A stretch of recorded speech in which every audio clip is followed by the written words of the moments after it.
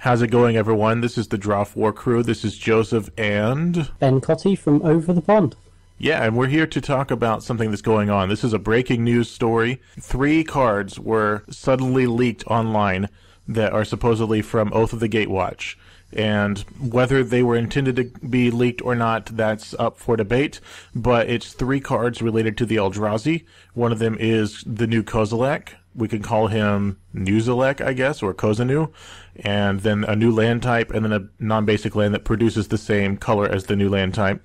What we've got is Kozilek, the Great Distortion, which is a new Eldrazi, is a 12/12 with Menace, and we'll talk about that. And then Wastes, which is a new basic land. And then the final one is Mirrorpool, which is a non-basic, enters the battlefield tapped, and has 2 activated abilities that involve sacrificing. So let's get into what these say, because what we do know is that MTG Salvation got a hold of these screenshots of tweets that were tweeted by MTG Focus Podcast. And I saw it actually the minute that it went on Twitter, these 2 tweets that were Wastes and Kozilek. I was actually talking to Aaron from the Girlfriend Bracket, and we were talking about how awesome Kozilek was, because we're both Eldrazi players. Kozilek is, we'll just get the stats out. Kozilek is 8 and a diamond, and that's the symbol that they have on the Wasteland. And then he's a 12/12 for 10, and he's legendary, obviously. And when you cast him, immediately you fill your hand up to 7. And then he has Menace, and then discard a card with converted mana cost X is an activated ability, and then you counter a target spell with the same converted mana cost. And then Waste simply is a full art land, just like all the other Zendikar lands, that says Waste at the top, on the bottom it says basic land, but it does not provide a type of land.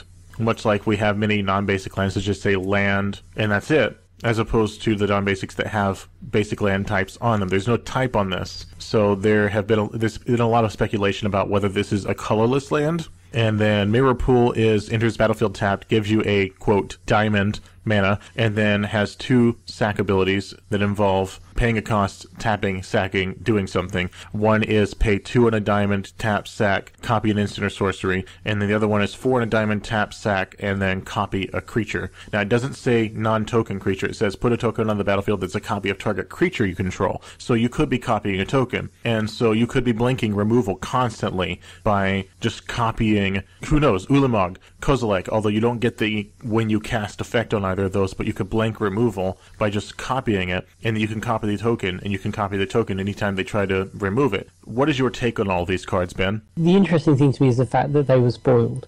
I mean, it used to be commonplace with spoilers coming out way ahead of sets, and these leaks and stuff happening from employees or people that got the sets early. But since the new Phyrexia Godbook saga, which was when the whole of the set got released by some pros that had seen it for journalistic purposes of reviewing and such, they've been much more guarded. And you can see from when they did the Battle for Zendikar pre-releases and the big show at PAX and how the couple of weeks leading up, they drive things to a fever pitch. This is really far out, really, from Oath. We're talking like a couple of months, nearly 3 months before that set comes out. And to see what would be the headliner, this giant Eldrazi that through the storyline people have been speculating that he's going to be turning up, so we're not that surprised that he's there. But to have this very Eldrazi card, because he does a lot of very different and weird things, right in front of you is huge news. But even that has been dwarfed by this new basic land type that is producing a mana symbol that we've never seen before. Everybody's now just, oh my god, what does this mean? This is the really big news, whereas in Kozilek kind of should be the big news whenever he was going to be spoiled normally. Yeah, it's likely they wouldn't have even introduced the land type until maybe the next day. But in the same day, the MTG Focus podcast posted Kozilek and then Waste, and in both those tweets, they said, Oath of the Gatewatch spoilers, what is this madness? Are they real? And then the tweets got taken down. They're not there anymore. So all we have is screenshots. That happened. Yep. Yeah, I think maybe they last all of 15 minutes. And during that time, Aaron and I were just, oh, this is so awesome. And Ian Dix, he does Dix Drafts on Twitch. Yep. We were all like, oh, this is so awesome. And then all of a sudden they got taken down. And it was such a bizarre thing. We thought this was official. And we were just like, oh, discard a ramp card to counter a spell. And that's really... We'll get into that, but I wrote down some notes about just the nature of the leak, because I just sort of assumed it was on purpose, and then you made this point that they probably wouldn't want to mix the leaks of Oath of the Gatewatch with leaks of Commander, because they're so focused on getting Commander spoiled, and then they might do the Ugin thing, which was the Christmas leak. And I just sort of assumed it was an intentional leak, like a, oops, it's out there kind of spoiler, like, oops, it's spoiled, so what do you think about it, guys? The new mana symbol, huh? And then that way, if people are like, oh, this is terrible, don't do this, and they'd be like, no, this isn't real, this is fake, and then rethink things a bit. And so Magic Mike's podcast, I went and listened to them because they featured one of my Mana Leak articles at the end, which was kind of cool. They made a good point, which is, why are they introducing a new basic land in a small set of a block? Now, it's worth mention that Waste does not have a type of basic land, it's just a basic land. So it could be that they're not introducing a new basic land type after all, just a new basic land. I know it's a weird but distinct difference. And then unless they're introducing this, unless they do something I predicted way back when Mark Rosewater announced the new rotation schedule in the blog post he wrote called Metamorphosis. Before I wrote at Mana Leak, I wrote on my personal blog, Tabletop Vector, and I was writing about the new Metamorphosis, making a lot of predictions about what would happen. One of them was that the new rotation of block structure, as hinted at by Morrow, is that blocks could be defined by story rather than actual location. And there could be spillover between blocks as far as location goes. They can move from location to location, and then blocks are no longer confined to location. And they could have, again, I repeat, they could have chosen to introduce the new wastelands because the Eldrazi, and I want to clarify, this is just speculation, the Eldrazi could escape Zendikar.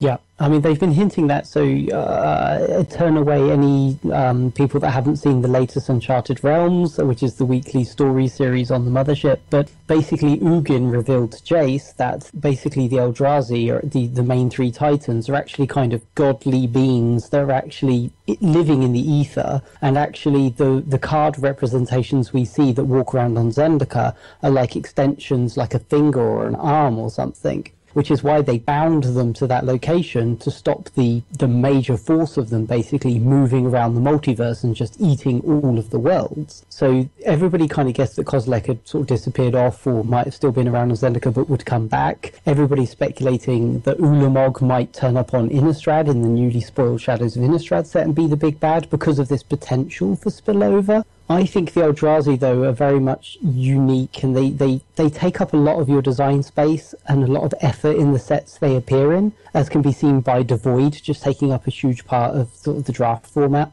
I think they'll veer away from that and leave the Spectres in the background and have some of the other bad guys we're used to. While at the same time, through the Planeswalkers journeying and Jace going off to Innistrad to try and find Sorin connected again to the Eldrazi, they'll have the undertones of all of this stuff playing off around the background in the Planeswalker stories. But yeah, let's have a look at this basic land, really. I mean, well, yeah, it's called Wastes, which means if the Eldrazi escape Zendikar, then any land that they touch becomes a waste. So, I mean, you could have wastes in all the sets now if they want there to be wastes. It doesn't even have to be Eldrazi. It could be a sort of thing. I mean, we've got the Eldrazi drones, we've got Scions, we've got all these little guys, kind of like, I liken it to Mass Effect 3, where you have the Reapers, and then you have these little indoctrinated things. And so you could have wastes, which is just anything that the Eldrazi touch, but it doesn't have to be the big bad guys. It could just be that now this is something they have to deal with everywhere. Just a thing. It's a thing now. It's like a virus spreading through the multiverse. It could be. Yeah. So the notes that I wrote down about wastes, and then you'll get to read your notes. I don't consider waste to be colorless, not the mana type that it produces. But I'm seeing a lot of people say, "Well, this is just colorless mana. It's very specific. It has to be colorless." And even if it is colorless mana, once you give it a mana symbol and then start requiring it specifically to cast certain cards, for all intents and purposes, it is a different color. It is a sixth color for all intents and purposes. And Kozilek's casting cost is very specific. 8 of any color, generic mana, if you will, and 2 wastes mana. So even if he is considered colorless, as opposed to having a new color. The specific casting cost requirement means for a colored deck to cast him, you have to have lands that produce colorless mana. Let's say you're playing red-green. So now, in order to cast Kozilek, you need to be using something that produces colorless mana, and the easiest way to do that is to put waste in your deck and then search those up with all the ramp cards that the Eldrazi deck is currently using. However, that means that effectively, to play Kozilek, you are splashing colorless, which is so bizarre and mind-blowing to be splashing colorless. What? That's just bizarre. But if you're doing a colorless deck, then it's not that big of a splash at all. It's just you're already producing the colorless mana. There is a distinction when you produce colorless mana that's different. It's the same symbol, but it's a different concept than generic mana. Yeah, so the two big things about wastes and what this means is, I mean, colorless EDH deck players rejoice because this is a basic land that you can have assumedly unlimited copies of, which is great because you had to struggle around for lands that didn't produce any coloured mana for your EDH deck. So everybody, financial tip incoming, keep your foils of these things because they'll be worth a fortune. To me, and so the mana cost on Kozilek, these 2 diamonds in the top right corner, I don't think they would introduce a mechanic that meant you would have to produce this type of mana to be able to cast this big new splashy mythic rare. I think they would try and give you some advantage if you could produce these 2 types of mana. So to explain, before we had, say, Spectral Procession, which allowed you to cast with white mana, or in each instance you could replace white with 2 colourless mana. And then even going back to something like snow mana, you were still creating red, green, all the different colours of mana, but you got benefit effects from having snow mana and being able to use snow mana for certain effects and abilities. So to me, I think potentially what it means is I still think this is colourless. I would be surprised if you couldn't cast this, say if you had 10 colourless mana, or even maybe if you could produce 2 waste mana, you'd do 2 waste mana and 8 colourless, or if you couldn't produce waste mana, maybe you have to pay 2 colourless for each instance of waste, and then you have to pay 12 mana to cast your Kozilek, so you're getting a bonus for being able to cast him for his proper casting costs.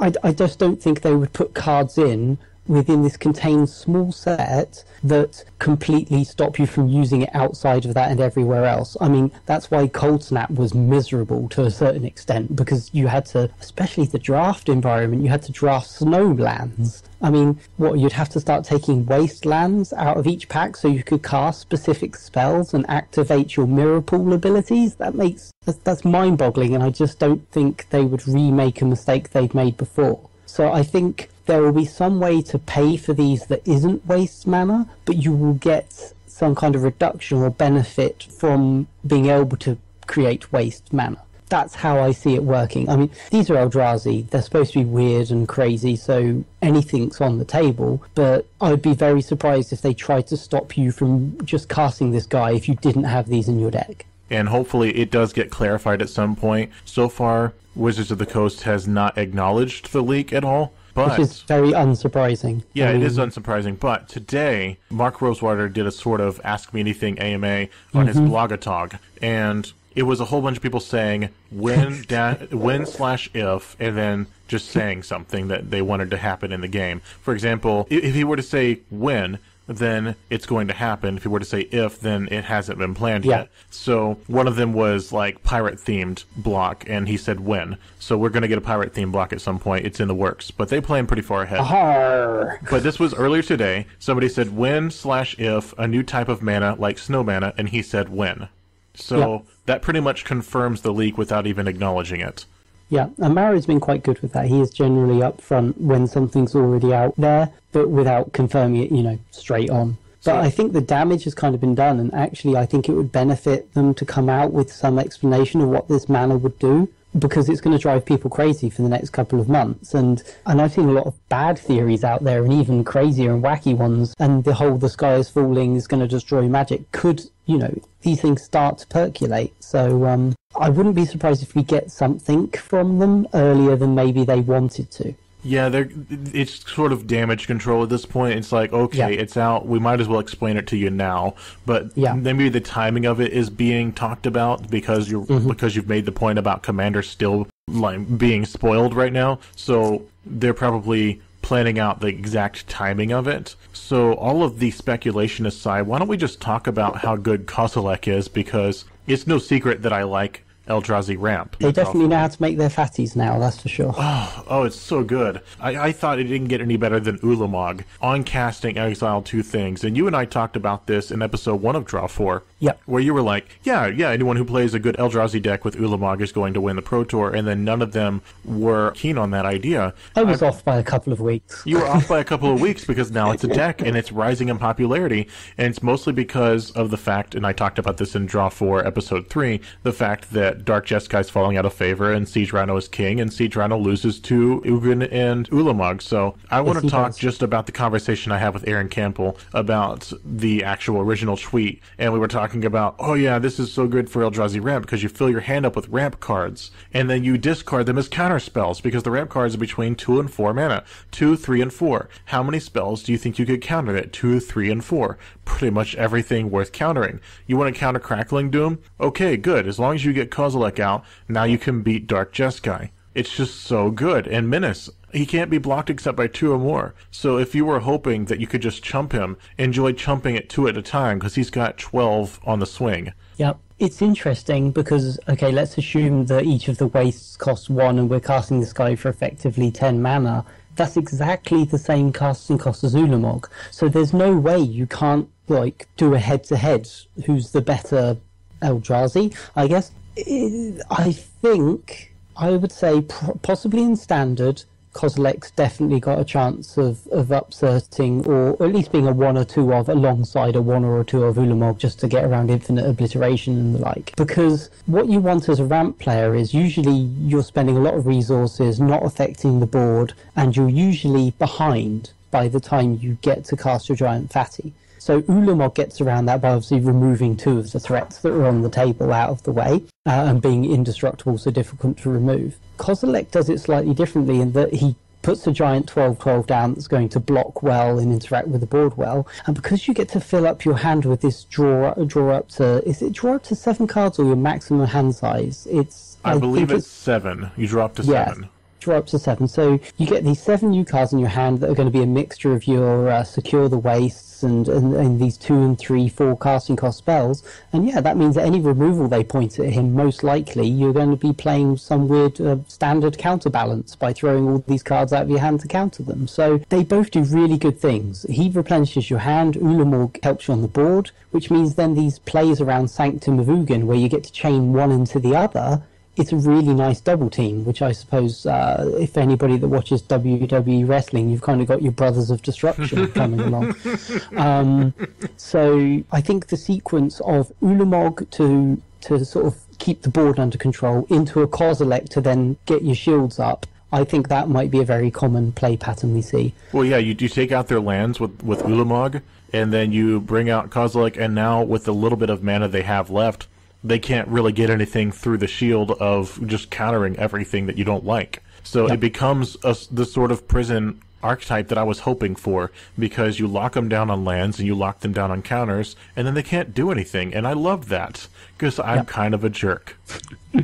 So outside of Standard, if we go into Tron, and everybody loves a good Tron deck, well, some people do, but in that, especially the being behind on the board in a format like Modern, where there's so much interaction going on in the first few turns and so much happening, Ulamog's got this huge stabilizing effect that like Khan and Ugin have in it, which is removing these things that are threatening to kill you. Kozilek, if he comes down and fills up your hand, you might just be dying to what's on the board more often than not in Modern anyway. So I think Modern, I would be surprised to see Kozilek impact. What really interests me is in Legacy, because if you can reanimate him quick enough, you don't get to refill your hand, but if you've still got 4 cards left in your hand because you've just done an Entomb and a Reanimate to get this guy onto the table, you've effectively got 4 or 5 counter spells in your hand, which are usually 1 or 2 casting cost spells. That is very relevant. Yeah, so no, these Eldrazi, the last time they did them, this time they've done them, all have a great chance of seeing competitive play, and that's what they want out of these, because these are giant scary things. And if I were